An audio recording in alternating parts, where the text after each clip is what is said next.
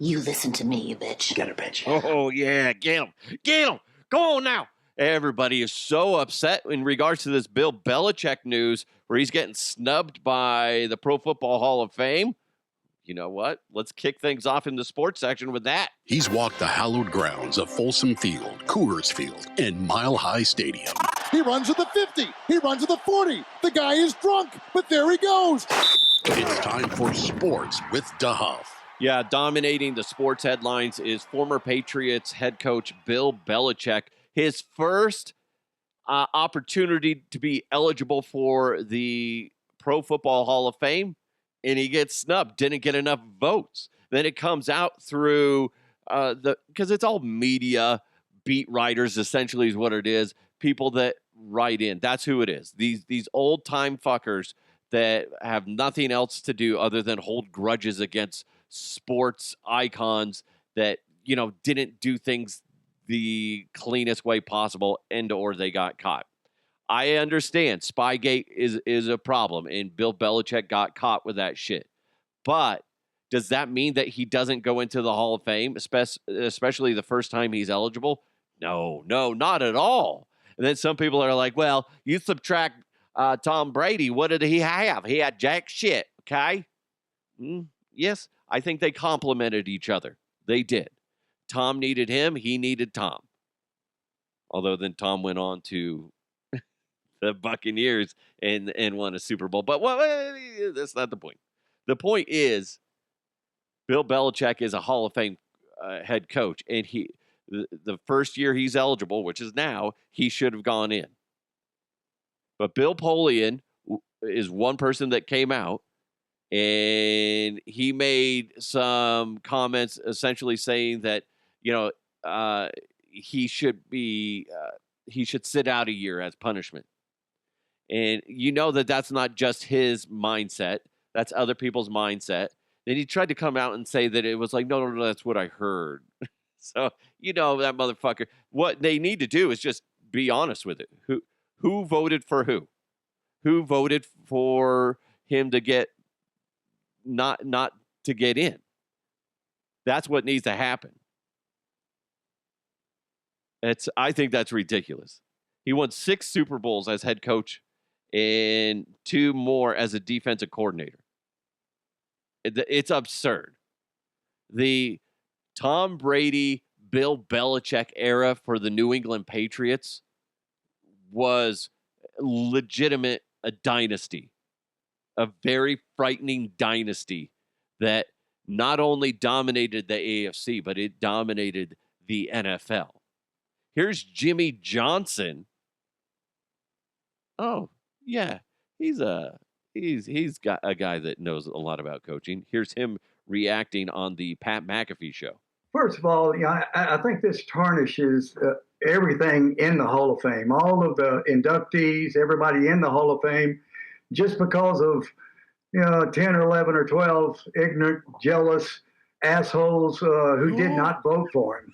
I think it tarnishes everything about the Hall of Fame. It does. It does ruin it. But here's the thing. This opens up the can of conversation / worms of, okay, he got caught cheating. Spygate. Spying on the opponents, blah, blah, blah, blah, right? Does this also, shouldn't there be an uproar about Barry Bonds going into the Baseball Hall of Fame? Or are these two separate situations? Are they not similar enough? Because in my mind, Barry Bonds is the best hitter to ever freaking go out there. He just happened to juice up. So, I don't know. It's crazy. I think it's ridiculous that a bunch of old writers were just like, no, I don't like it. He didn't do it the way he's supposed to do. He got caught cheating. Meanwhile, most of these guys are probably, banging, prostitutes on the side. I'm just saying, I'm speculating. Not to say that they do, but I wouldn't be surprised. I'm going to get in trouble for that one. I'm not, okay, you know what? I retract that statement. None of them have, or at least none of them have been caught, okay? However you want to look at it. they're all a bunch of hypocrites, is essentially what I'm getting at. The Pro Football Hall of Fame released a statement saying, let's just kind of skim through it. Each year, the Hall reviews the selection process and the composition of the 50-person selection committee. If it is determined that any member or members violated the selection process bylaws, they understand action will be taken. That could include the possibility that such selectors would not remain a member of the committee moving forward. The selection of new class is the most important duty of the Hall of Fame. It oversees each year, and the integrity of that process cannot be in question. Yeah, you know what? This is what you get, though. When you got a bunch of old school fuckers voting, that's what you get. I'm sorry. It should be a little bit. I think it should just be up to the Hall of Fame, and or a mixture. How about that? Do a mixture. This is what they say, and we can look at it and go, you know what? Yes and no. I like that they voted this person in. Blah blah blah blah. I see that they didn't vote in Belichick. We're gonna have to override that one. That I feel like that should be a thing. It's a little silly. Now you got other people saying that they need to override this, and it, Trump came out and said that. Listen, just stick to president stuff, not sports stuff, please. But in a sense, though, it does transcend so many demographics. Like everybody, I think it is kind of flooring. You're like, wait, what? Why wouldn't he go in there? Well, he got caught cheating with Spygate. Oh, okay. I don't know. Do you think he should sit out a year? I think if everybody knew what each franchise did and coaches did to get an edge over the opponent, that most people wouldn't be in the Hall of Fame. Have you looked at most of the people in the Hall of Fame? There's a lot of guys in there that shouldn't be in there, and there's a lot of guys that aren't in there that should be in there. Good example of a player that should be in there that's not. Rod Smith of the Denver Broncos should be in the Hall of Fame. Do we just need to make a major stink about it, and then eventually he's going to get further on the ballot? He should be in the Hall of Fame. Rod Smith, how far has he gone to become a Hall of Famer? It doesn't tell me how far he's... But the dude is a legend. Broncos don't win those Super Bowls without Rod Smith. Rod Smith is a legend. And he was a phenomenal player. Phenomenal. It's ridiculous. Yeah, the Hall of Fame fucked up. They did. Does that mean that they correct it by putting him in there? I think they have to. They have to do that because this class that's going in there now, this year, it's going to be tarnished by this. It's going to have that stank, that asterisk next to it. Yeah, these guys went in, but we'll always remember this is the year that Belichick got snubbed. I didn't like Belichick and Tom Brady when they were with the Patriots because they went up against the Denver Broncos. But after that's all been removed and I can take a step back and see what they accomplished was fantastic. So I think people need to get over that shit and realize, yeah, Belichick's a first ballot Hall of Famer. Come on. This is hilarious, and it kind of goes back with Belichick a little bit. Carl sent this in via HOFpodcast@gmail.com. He said, Quincy says, this is in regards to his son, says that the Seahawks should sign Marshawn Lynch to the Super Bowl roster for sole reason to put him in if the Seahawks get to the goal line against the Patriots like 11 years ago. And he said, this is what Quincy said, like a Make-A-Wish kid gets his dream to come true. Man, I was watching that play because thank you, Carl, for sending that in. I went back and looked at that Malcolm Butler interception at the goal line. It didn't make sense. You see how Marshawn Lynch just ran. That was an easy touchdown. You give it to Lynch, and he barrels in. Oh, my God. That was a iconic fuck up.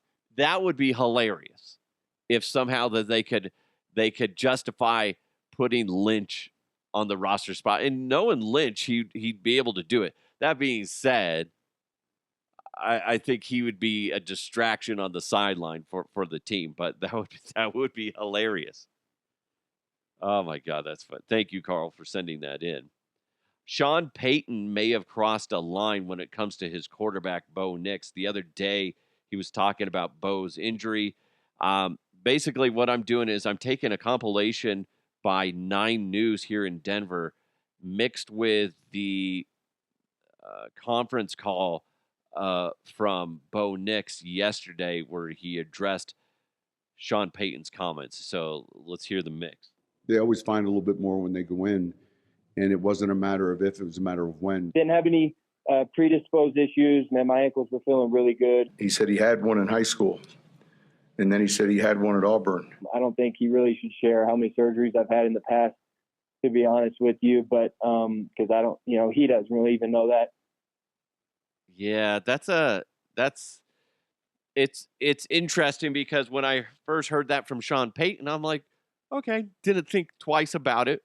Assumed that was privileged information that Bo didn't mind sharing. Well, apparently not. Apparently Bo's just like, dude, come on, man. You can't be going out there telling people I've had this pre-existing situation, whether it's true or not. Yeah, you don't go that's like a HIPAA shit.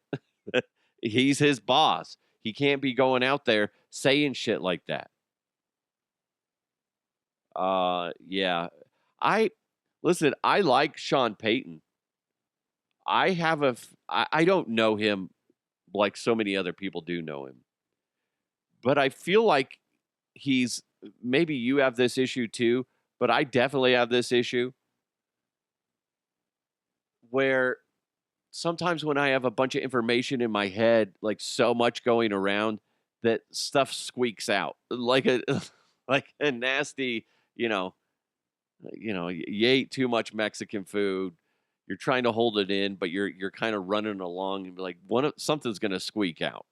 Hopefully it's nothing where I need to go change my pants, but something's going to squeak out. And I think that's what happens with his head is he has so much going on in his head. If you listen to a press conference with Sean Payton, it's a very difficult press conference to cut up.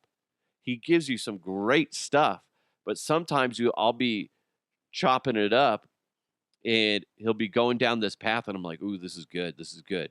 And then you can tell where he starts thinking about something else and he veers off, talks about that, pauses, and then comes back to it. So then I end up having to cut out like a chunk in the middle. But he does do that where it seems like that he has a billion things. His brain it reminds me of, and I don't know if he does or doesn't, but like ADHD, I've always heard this, is ADHD brains is kind of like putting bicycle brakes on a sports car.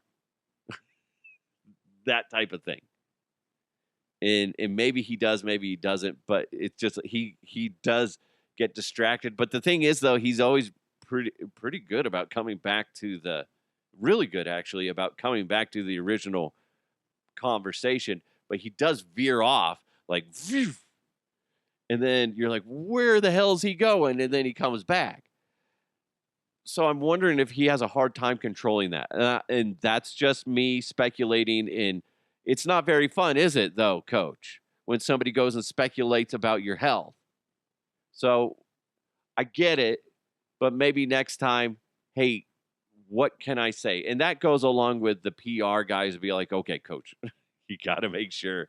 Because he does a good job normally of he doesn't want to talk about injuries. Like, listen, I'm not going to tell you how rehab's going. So it was kind of out there that he did that. That's goes against what he normally does. So I don't know. Is it going to ruin their relationship? I don't think so. They're both grown-ass men, and Sean most likely is going to own up to what he did because he shouldn't have done it, right?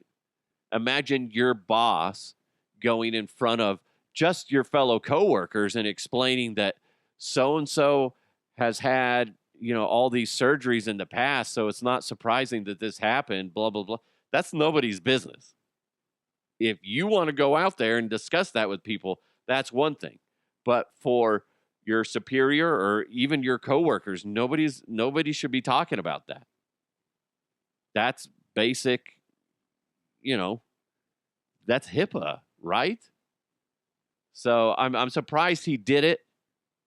And then I'm not, because there's times where I feel like he bounces all around the place.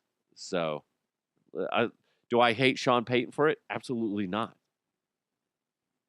I'm glad to see that Bo stood up for himself, though, and be like, look, he shouldn't be talking about that. Bo has some brass balls, so they'll figure it out. They'll be good to go for next season. So, yeah, it's very interesting. Speaking of interesting, I don't know. I don't agree with this. I don't. But this is what happens when you let people vote. Which is worse? Bill Belichick getting snubbed for as a first ballot Hall of Famer, or Shedeur Sanders being named to the Pro Bowl due to Drake Maye going to the Super Bowl? Shedeur Sanders didn't even play an entire season. I don't even think he technically played half a season. That's ridiculous. I'm all for Shedeur Sanders getting a fair shake. I am. I've been on here. I'd be like, if he's gonna fail, let him fail. But don't fuck him over. But he doesn't deserve to go to the Pro Bowl. He doesn't. I'm sorry. I like the guy. I want him to succeed. But Shedeur Sanders does not deserve to go to the Pro Bowl. Bill Belichick does deserve to be a first ballot Hall of Famer. Shedeur Sanders, what the fuck are you doing here, buddy? Come on. When he shows up to the Pro Bowl games and whatnot, it's going to be very awkward. He'll own it. It's good for his brand and all that stuff. But no. That's so ridiculous. Ridiculous. You guys did this. Anybody that voted for Shedeur Sanders to be a Pro Bowler, you got it. You did it. You fucked everybody over. You made some headlines. That's good, I guess.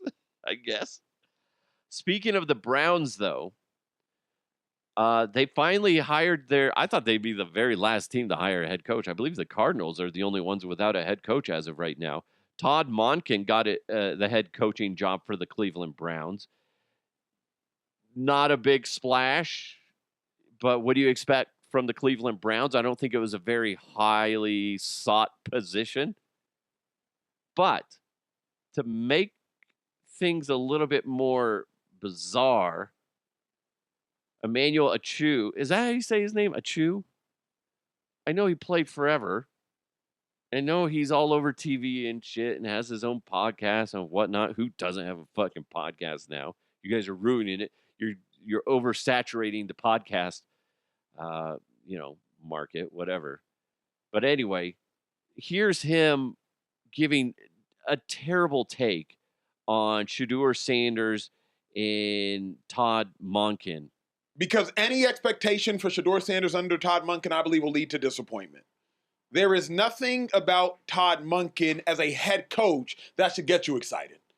As an offensive coordinator, you could say Lamar Jackson had an MVP season under Todd Monken. As an offensive coordinator, Lamar Jackson had 41 touchdowns and 4 interceptions under Todd Monken. As an offensive coordinator, you can make arguments under Todd Monken. Stetson Bennett won 2 national championships at Georgia under Todd Monken. But as a head coach, no. nothing about Todd Monken as a head man gets me excited. I need to see who the offensive coordinator is going to be. That's what I need to see. But what I don't yet see, T, is like, how is Todd Monken going to command that locker room, command that group of men? And also, if I'm Shedeur or anybody in that locker room, why am I listening to Todd Monken? What have you won on an NFL level as a head coach? You're not even a head coach on an NFL level. So I don't even have expectations for Shedeur under Todd Monken, because I believe any expectations I would have, he would not meet. Because why am I excited about it, T? Why? That is the dumbest fucking take. Oh, he's a first-year head coach. Can't listen to him. Seriously. That's one where, Emmanuel, after you say that, maybe you go back and listen to it. You see that you're trending all over Twitter and whatnot. And you're like, what is everybody talking about? That's a bad take? Really? Then you go back and listen to it. Hopefully he goes back and listens to it and goes, oh, yeah, you know what? That doesn't make sense. Doesn't make sense. Everybody has their first year as a head coach. You got to start somewhere. We were just talking about Mike Tomlin not too long ago. What, a week or two ago? His first year, guess what? He did some great things. Had a winning record. Next year, they went to the Super Bowl. That was and he did a lot of great things as a defensive coordinator, etc., blah, blah, blah. Same thing.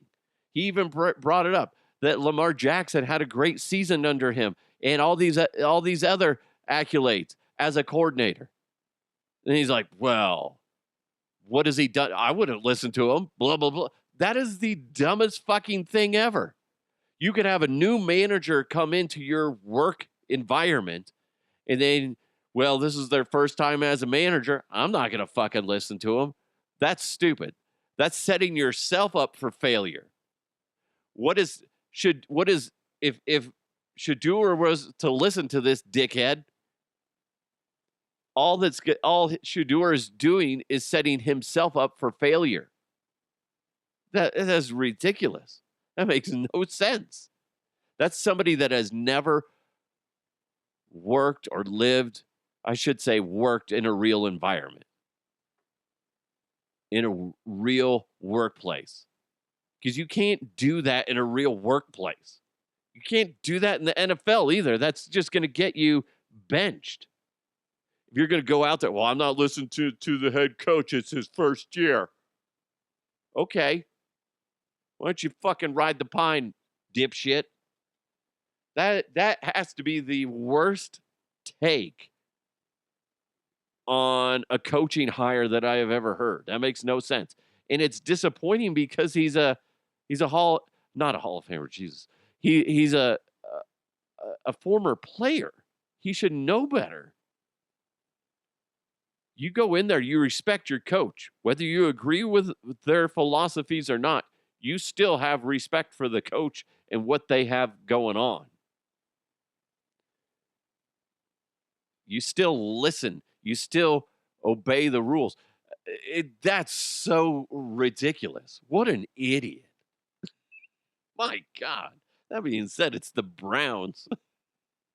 Maybe that's more of the thing, Bud, is Shedeur still needs to be fighting to leave the Browns. I don't know how that happens for Shedeur, but I mean, come on. Speaking of the Browns, after the Browns informed their defensive coordinator, Jim Schwartz, your Schwartz is as big as mine. I screwed up the line. I see your Schwartz is as big as mine. And then I mixed in the, may the Schwartz be with you. Anyway, they informed Jim Schwartz that they were passing over him to hire Todd Monken as the head coach. Schwartz apparently was visibly upset, said goodbyes in the building, and told other coaches he's not coming back. Schwartz is under contract, and Cleveland wants to retain him. But now, his future, who knows? Who knows? Schwartz, you got to be looking at it this way. How good of a job did Todd do compared to you?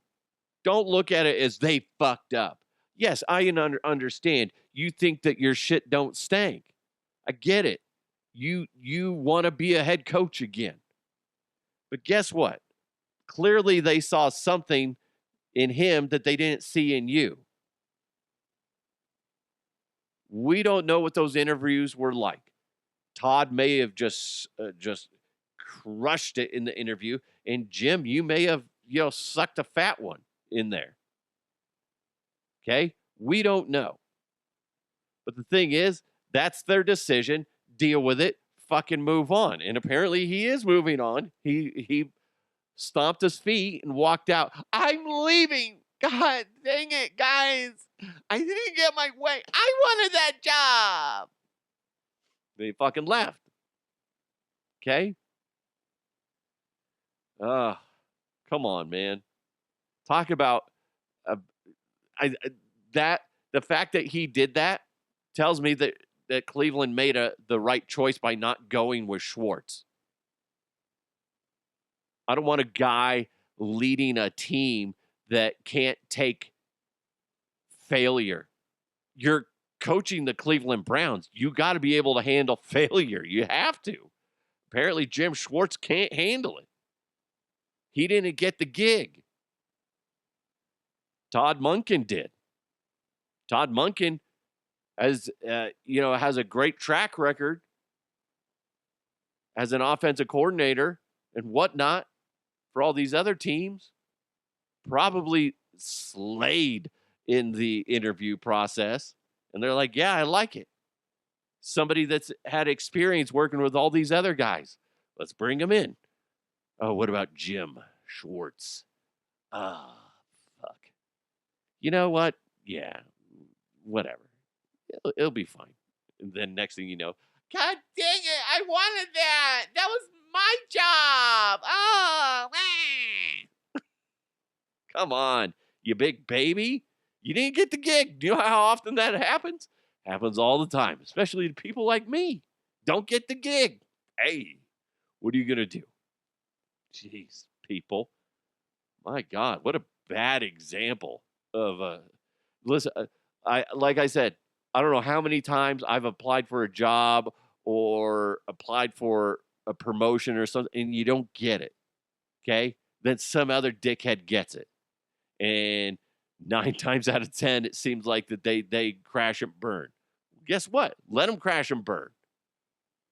And guess who's going to be standing there? You or me or Jim Schwartz. Okay? Hey, I'm here. I can take over. That's all I'm saying. So, what a bad example. Jim Schwartz. Come on, man. You should be better than that. God. Dang, man. Hopefully nothing bad. There's no bad blood. Fingers crossed with Sean Payton and Bo Nix.